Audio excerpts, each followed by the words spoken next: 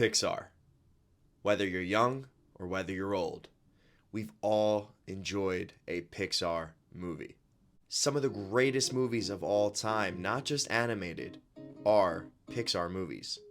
But Pixar, especially as of late, has published some stinkers. I mean, this is the studio that brought us the very first computer-generated film. So this studio is very, very important. And in today's video, I want to discuss not only my favorite Pixar films, not only the ones that are the worst Pixar films, but I want to go over the history, the fascinating history of Pixar. In 1979, George Lucas, yes, Star Wars George Lucas, recruits Ed Catmull from the New York Institute of Technology to head Lucasfilm's computer division, a group charged with developing state-of-the-art computer technology for the film industry.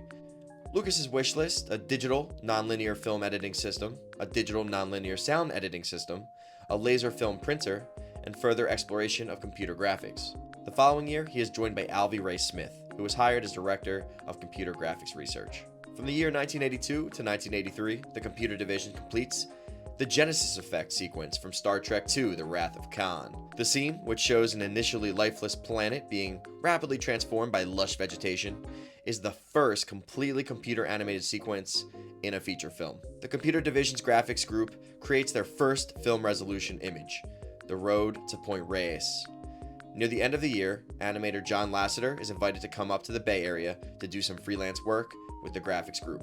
1984 to 1985, Lasseter is hired full-time, joining the computer division as an interface designer. A partially completed version of The Adventures of Andre and Wally B premieres at SIGGRAPH. It is the first short film created by the Future Animation Studio, featuring complex flexible characters, hand-painted textures, and motion blur. It is also the first example of character animation in the young medium of computer animation. At SIGGRAPH, the computer division also shows off its prototype Pixar Image Computer. The computer division completes the stained glass night sequence that appears in the film Young Sherlock Holmes. In 1986, Steve Jobs, yes, Apple Steve Jobs, purchases the computer division from George Lucas and establishes the group as an independent company, Pixar. At this time, about 40 people are employed. Pixar and Disney begin collaboration on CAPS, the computer animation production system, which would revolutionize the creation of traditional animated films. The first check written to Pixar by a client after its incorporation is from Disney for work on this project. Luxo Jr. is completed. The short film, John Lasseter's official directorial debut, is unveiled in August at SIGGRAPH and then screened for general audiences at Los Angeles area theaters in November. 1987 to 1988, Red's Dream is completed and premieres at SIGGRAPH. A portion of the film is rendered entirely on the Pixar Image Computer. Pixar's proprietary animation system, identified to the outside world as Marionette, but internally known as Menvi, short for Modeling Environment, comes online. Pixar's proprietary renderer, RenderMan, also makes its internal debut. Both pieces of software are used to produce Tin Toy, Pixar's third short film. A partially completed version of Tin Toy is screened at SIGGRAPH, with the finished film premiering later that year at the Ottawa International Film Fest. Tin Toy will go on to become the first computer animated film to receive an Academy Award when it is named Best Short Film. In 1989, Knick Knack is completed. A work-in-progress version is screened at that year's SIGGRAPH. It is Pixar's first animation produced in stereoscopic 3D. The first commercial version of RenderMan is released. Pixar begins making commercials. The first is an ad for Tropicana orange juice, Wake Up, directed by John Lasseter. 1990 to 1991, Andrew Stanton and Pete Docter joined the company. By the end of the year, each animates a commercial. Andrew Stanton completes quite a package for Trident, and Pete Docter animates Boxer for Listerine. Pixar's commercial work gives the company invaluable experience in pitching, storytelling, and working with clients, and allows it to develop and refine its production pipeline. Disney and Pixar announced an agreement to make and distribute at least one computer-generated animated movie. Pixar begins work on the project that will become Toy Story, while continuing to produce commercials and other short materials, including spots for public television. In 1995, Toy Story, the world's first computer animated feature film, is released in theaters on November 22nd It opens at #1 that weekend and will go on to become the highest grossing film of the year, making $192 million domestically and $362 million worldwide. Pixar's initial public offering takes place just days later on November 28th. It is the largest IPO of the year. 1996 to 1997, Toy Story is recognized with Academy Award nominations for Best Original Song, Best Original Score, and Best Original Screenplay, the first time an animated film is recognized for screenwriting. John Lasseter receives a Special Achievement Oscar from the Academy of Motion Picture Arts and Sciences for his inspired leadership of the Pixar Toy Story team, resulting in the first feature-length computer animated film. Pixar announces that it will stop making commercials in order to concentrate on longer format and interactive entertainment.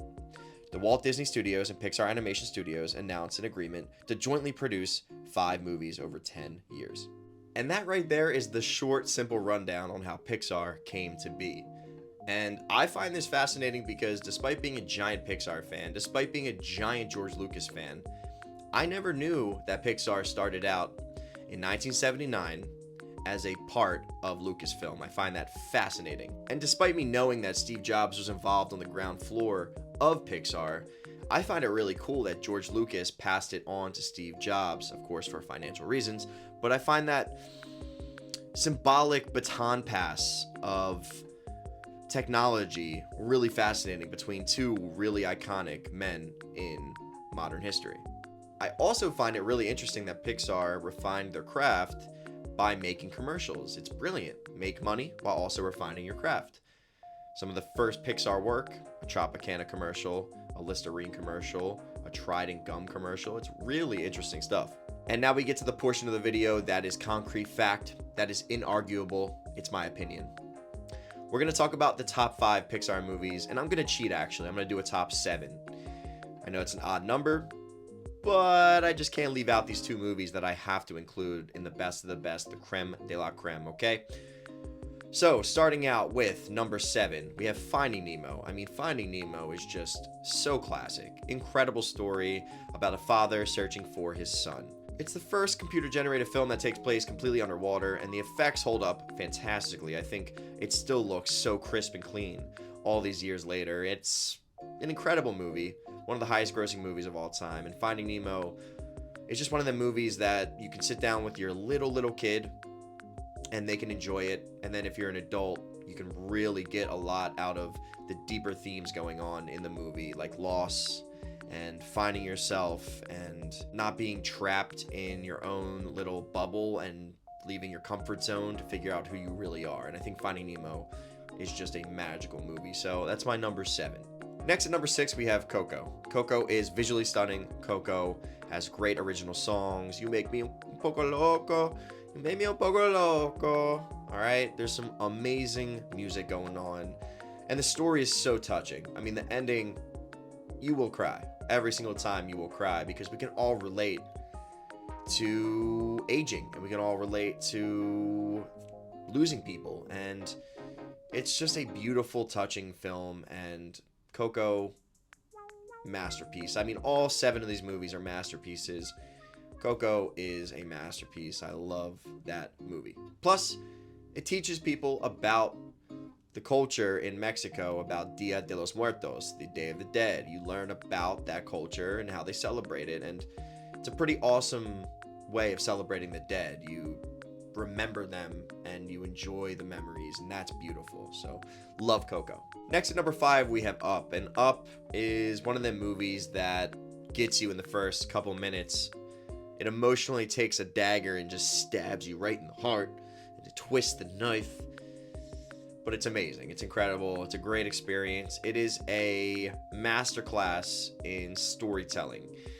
No words are said in the first couple minutes, yet you see an entire lifetime of these 2 people unfold. And it's also a masterclass in sound and score and how music affects the mood. Michael Giacchino brilliantly takes the same score and just slows it down and adds a more melancholy feel, and it goes from being a happy, upbeat song to being a really melancholy, just rips your heart out type of song, somber. And this movie is just a masterclass on so many different levels, but most of all, it's just a really whimsical story of finding out that even though someone's gone, it doesn't mean that you can't still have them with you. They're always with you. And man, I'm getting a little emotional talking about it because Up is just that type of movie. He fulfills Ellie's dream by going on this adventure and fulfilling that. And he meets a little boy that really brings the youth out of him and makes him have a revitalization of what life means, the fervor for living, the enjoyment of it. And it's just fantastic. And who doesn't love Doug? Doug is a good boy. Next at number 4, we have Monsters, Inc. Who doesn't love Mike Wazowski? Come on, man. And Sully, the boys. Mike Wazowski and Sully. They are just part of the family. I love these two monsters. Monsters, Inc. is such a clever idea. It takes that idea that there's a monster living in your closet and really takes it literal. And we see two monsters change an entire society. They change how society is ran. It's really a story of revolution, honestly. It's a story of invention and ingenuity, and you don't have to just follow the norm, yet you can change it and make things better. And they do that when they turn the scare power into laugh power. And even though Sully's so great at scaring, Mike Wazowski's great at getting laughs, kinda, but he uses that as a superpower. And in the end, we see them making children laugh instead of scaring them. And it's beautiful, it's wonderful, it's simple. Monsters, Inc. is great. Randall, that little slithery little piece of crap. Boo, so cute. Who doesn't love Boo? And gotta love Monsters, Inc. Come on. Next at number 3, we have the movie that started it all. We have Toy Story, and Toy Story is near and dear to my heart because it was my childhood. This is just what I grew up with. I grew up with all the sequels too, but especially that original one. You are a toy! Classic. The voice acting, fantastic, from Tim Allen and Tom Hanks. All the characters are so classic. We have Rex, we have Slinky Dog, we have Mr. Potato Head. They're just an endless cast of great characters. The Army Men. And it's the movie that started it all, so it'll always have a special place in my heart and the hearts of millions of other people. And again, a really poignant tale about what it means to find yourself. So not only can children sit down and enjoy this movie, but adults. Just like all the best movies, a good children's movie is a movie that isn't just for children. And all these Pixar movies I'm mentioning, most of them, in fact, in existence, really appeal to the youth and the adults because there's lessons to be learned no matter what age you are, and things to be appreciated no matter what age you are. In fact, I think I get more out of it now as an adult rewatching it than I did as a child because I'm seeing, wow, man, yeah, growing up. It's tough. Changing. It's tough. Finding out who you really are in this world. Like Buzz Lightyear had to, and like Woody had to. Woody found out that he's not Andy's favorite anymore, and Buzz found out he's just a toy. And these are lessons that can be applied to whatever age you are. So, gotta love Toy Story. Now we're getting into my top 3, and yes, I know that last one was 3, but I goofed up. There's another one that I have to put even higher, so I'm gonna put that one at 0. So 0 really is 1. Okay, follow me.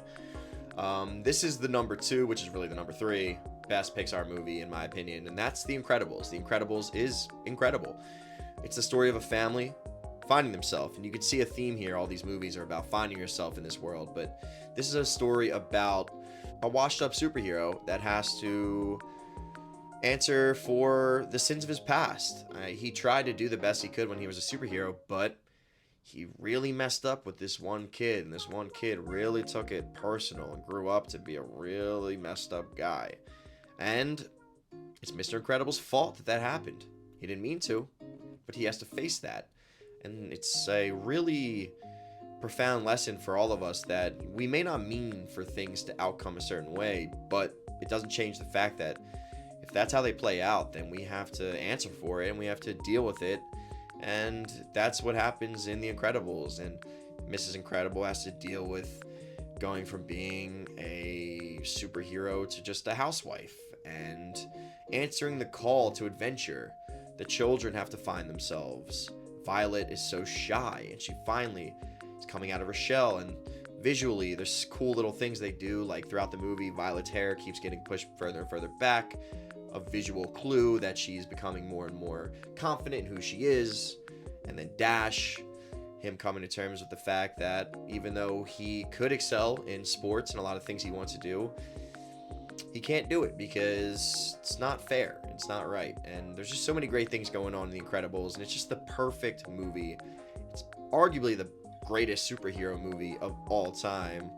Frozone, voiced by Samuel L. Jackson, is awesome. Who doesn't love Frozone? And it's just the best. Where is my super suit? Classic. All right, next at number 1, which is really number 2, we have WALL-E. WALL-E is incredible. And again, it's a masterclass in storytelling because similar to the first couple minutes of Up, really there's not many words uttered this entire movie, specifically by our main characters, WALL-E and Eve. There's no words being said by these two characters. And by Cricket as well, the little cricket in the movie. He doesn't say anything either. The only people saying things are the secondary characters, the humans in it. But why WALL-E is so important to me and why it's such a great movie is because it's warning us about where this is all going. I think rarely in society these days we think about where everything is heading.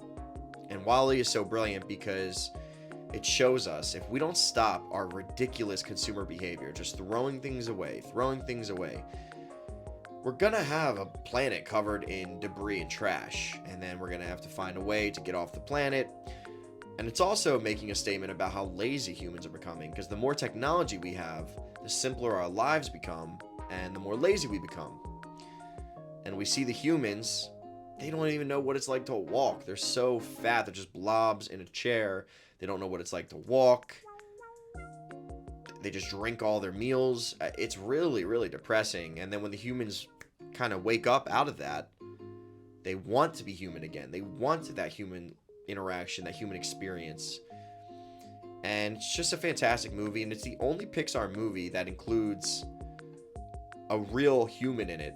Fred Willard's character, he's like the president of that giant Amazon-esque corporation.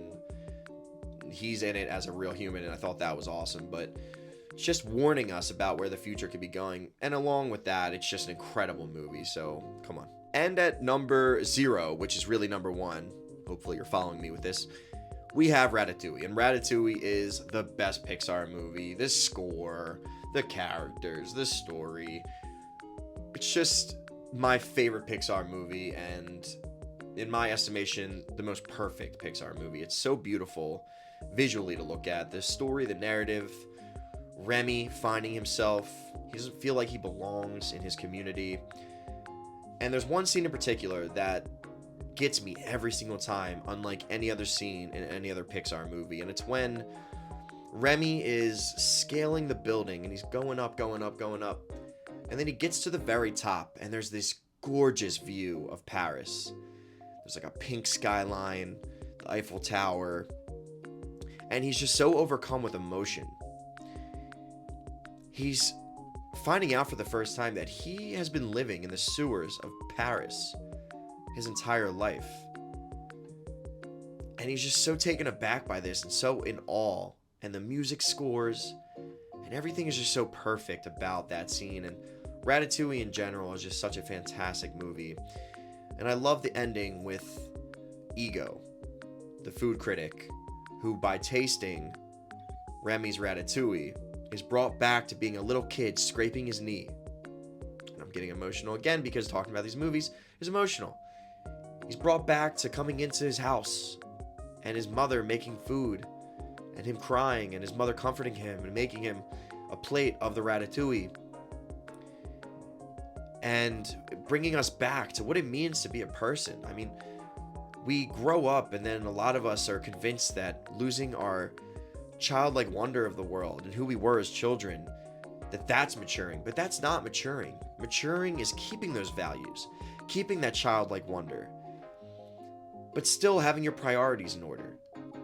And what I love about Ratatouille is, without hammering you in the head with that, it really eloquently expresses that. And I love Ratatouille with all my heart. I love all these movies with all my heart, but Ratatouille has my number 1 spot. And there's great other movies. I mean, Cars, what a fun movie. Life is a highway, baby. And I'm gonna ride it all night long. Come on. But that segues into the bad Pixar movies, which there's not a lot, and they're not even that terrible. But the 2 Cars sequels aren't too good. The second one especially, but the third one's not great either. Lightyear was bad. What a miscalculation on Pixar's part. Yeesh. Elemental was meh. The Good Dinosaur was cute but forgettable. Onward is fine. Luca's not bad. Monsters University is cool because for the first time they did a prequel. I would have rather probably just had a sequel or just left it alone. But I'll take a prequel. Monsters University is not terrible. Incredibles 2 is just mid. I mean, really most sequels that Pixar does are just outside of the Toy Story sequels, because Toy Story 2 is fantastic. Toy Story 3 is incredible. Toy Story 4 is pretty solid. I've yet to see Inside Out 2, but Inside Out 1 is a great movie, so I'm sure Inside Out 2 is perfectly fine. And that wraps up our Pixar time, okay? That's my story of how Pixar started. That's my top 8 Pixar movies, mentioning the worst of the worst as well. And yeah, Pixar is just an incredible studio, and I'm really hoping they return back to form in the next couple entries, because man, the world needs some good Pixar stories, okay? That's all I got for you guys. Let me know what you think about what are your top Pixar movies? What are your favorites, okay? What do you think about my top Pixar movies? What are your worst Pixar movies? Some people's worst movies are their favorite movies. I mean, it's all subjective. It's art, baby. It's art. And as always, stay tuned for more. I really appreciate the view. If you enjoy this content, subscribe. I promise to keep pumping out great content for you guys. Leave me a comment. I'd love to hear from you. And that's all I got. Tay out.